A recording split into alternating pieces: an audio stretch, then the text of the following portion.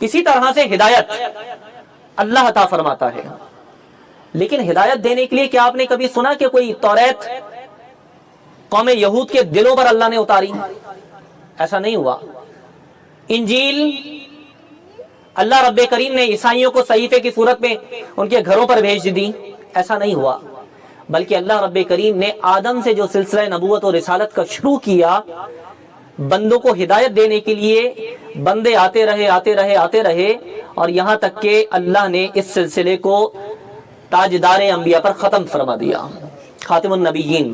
تو ہدایت دینا اللہ رب کریم کے اوصاف یا سنتوں میں اولین ہے، اور اس کے لیے اللہ نے انبیاء کو چنا ہے۔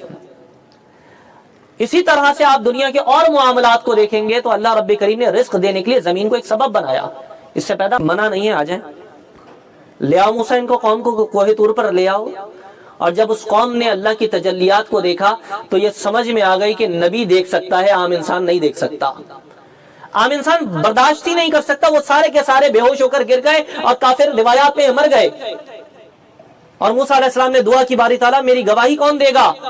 اللہ نے ان کی دعا سے دوبارہ زندہ فرما دیا۔ معلوم یہ چلا کہ عام انسان اللہ کی تجلیات اور انوارات کو نہیں دیکھ سکتا، اس کو دیکھنے کے لیے اور بتانے کے لیے اللہ نے نبیوں کا ایک ذریعہ بنایا ہے، اور اس مردہ قوم کو بھی نبی کی دعا سے زندہ کیا۔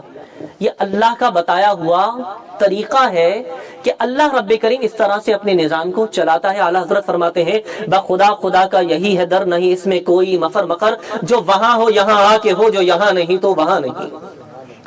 یعنی انبیاء ایک ذریعہ ہیں۔